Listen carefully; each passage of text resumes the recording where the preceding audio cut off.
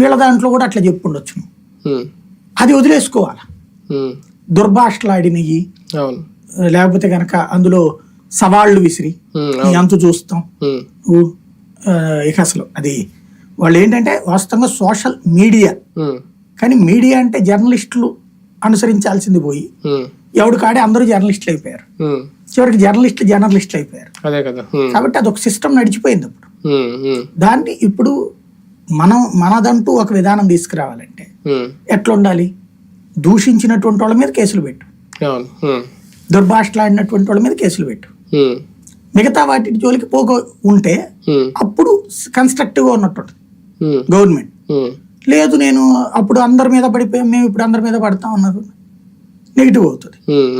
నేను విన్నదైతే గనక విన్నదైతే ఇట్లా గల దుర్భాషలాడిన వాళ్ళు, ఇప్పుడు మహిళల గురించి అడ్డదిడ్డంగా మాట్లాడినటువంటి వాళ్ళు, వాళ్ళ విషయంలో సీరియస్ గా వెళ్ళాలనుకున్నారు కానీ అందరి మీద కాదు.